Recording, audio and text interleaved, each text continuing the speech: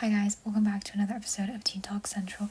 In this week's episode, we're talking about the 11 lessons I've learned throughout high school, which I think can be especially applied in high school, but also in the rest of your lifetime. If this is something that you want to learn more about, or you just want to come and support the podcast, then definitely continue listening to this week's episode.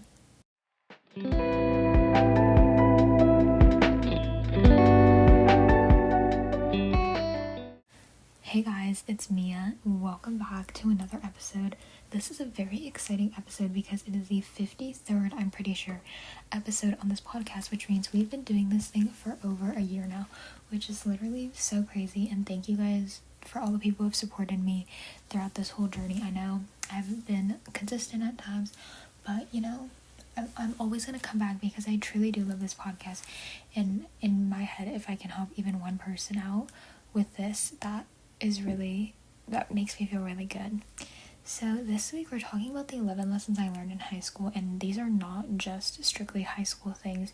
These can very much well be applied to any other aspect of your life. So without further ado, let's jump right into it.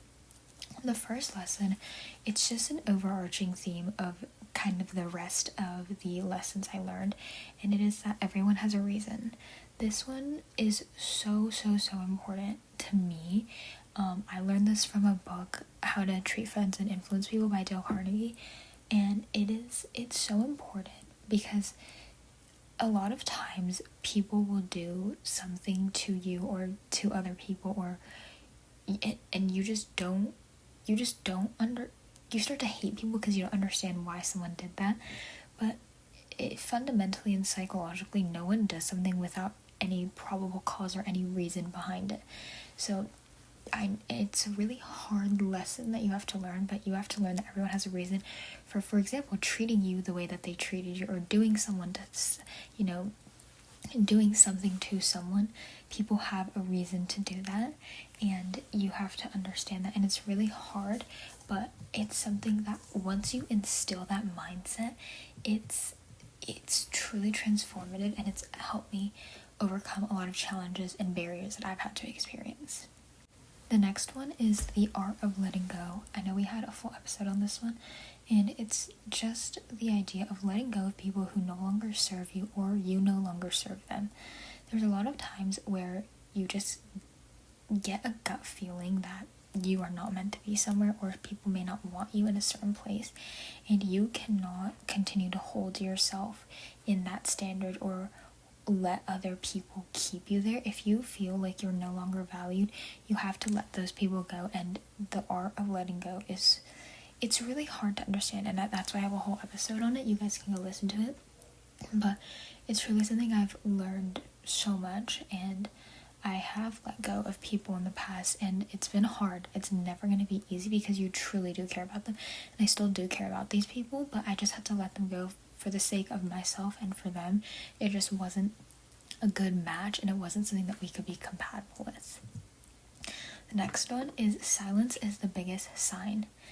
This is honestly something I'll probably do an episode on soon, maybe after graduation, but silence from the other party when you are putting in effort is probably the biggest sign that the friendship is not working, or the relationship is not working. Because if someone truly cared about you, they would be putting in the time and the effort to reach out to you. Even if they only have 5 minutes, they would be texting you back if you texted. And if they are going radio silent and you know that this person is on their phone or on their device all the time, it is your biggest sign that they just don't care enough to put in the effort or put in the work.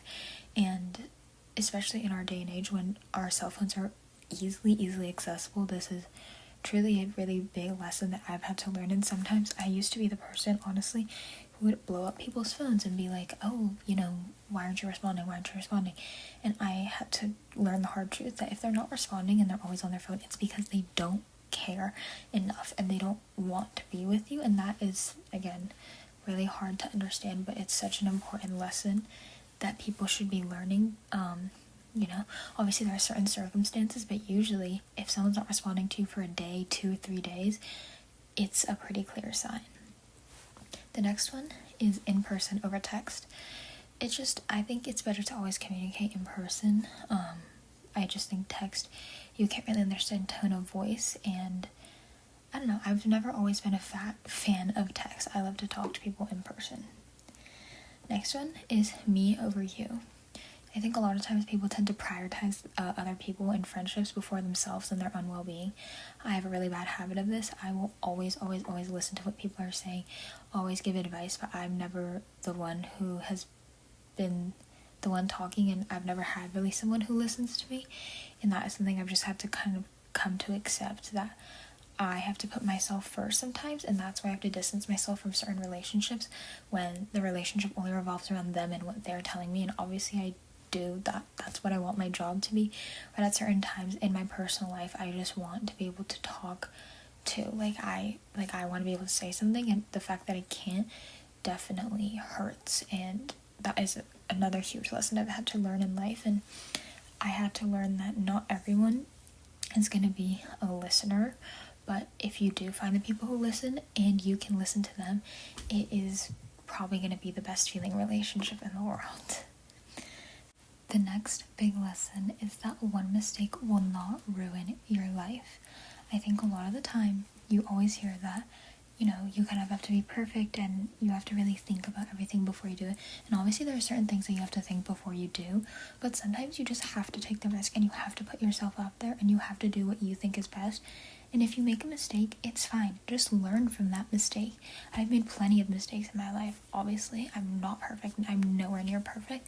And the fact that I've been able to learn and grow from them is the most important thing. So always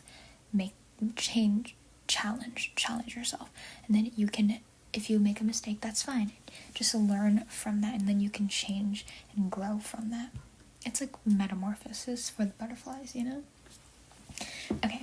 The next one is dress for yourself. I think that a lot of the time we like to follow trends. It's human nature. We like to do what the majority is doing. And a lot of the times I will see someone and they will be wearing an outfit that's just not the most flattering on them. And I think, wow, if I know what would look so good on you if you just tried to just not do what everyone else does. And I think that's a little bit scary sometimes.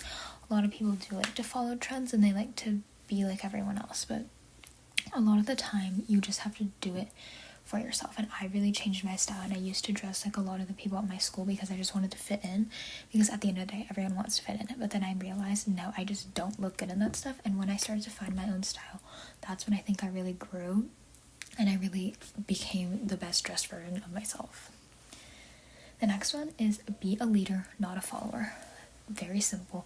Always lead and try to do things and try to organize things and just try to be the person that is kind of head starting things, and never be scared to start something. And I just think sometimes being a follower is not the best, because you're just doing again what everyone does, and you might not even know why, and you're doing it for the wrong intentions. And I think it can lead sometimes to bad decisions and bad choices. Sometimes, again, all of these are kind of these are all kind of situation based as well, but I think a lot of the time when there's really big friend groups and there's just one big leader and the rest are followers, it's usually not the most healthy group to be in. Next one is just, it's okay to be alone. I think a lot of the time people have this judgment that if you're alone, you're a loser and you just have, you don't like to do anything, you have no friends. But it's really the opposite. I think a lot of the time people who are alone, they're alone, but they're also never truly lonely, because they do have people that they can talk to. They just choose to better themselves and grow themselves when they're alone. And I think for me, I get a lot of my best work done when I'm alone, and I still do have some friends that I can talk to and reach out to when I want to, but I'm also okay being alone and doing things and studying, or I love a late night in with my parents and just, being in my room or reading a book. And I think it's not something to be ashamed of at all, and it's definitely something that everyone should, try one day, because you don't always have to be with people. And yeah. The next one is you don't have to post everything. I think in our day and age, a lot of people, they love to post, but not everything has to be posted on social media.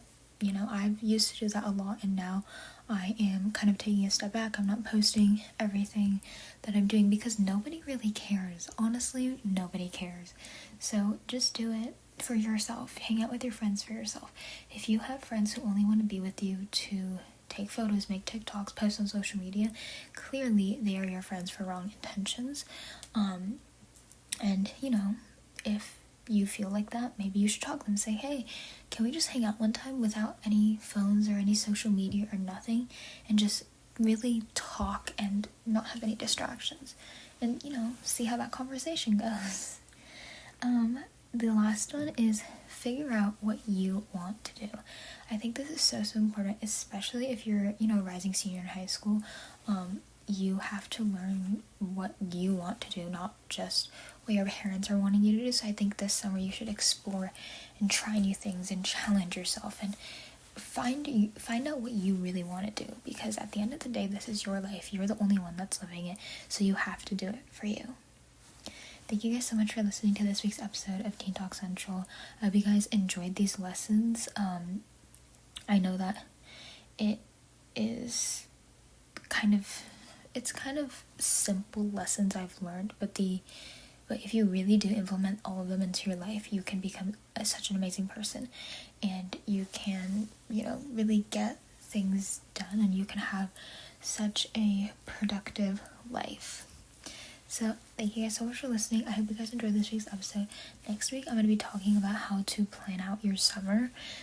So if that's something you guys are interested in, stay tuned, and I love you guys so much, and I'll see you guys in next week's episode. Bye.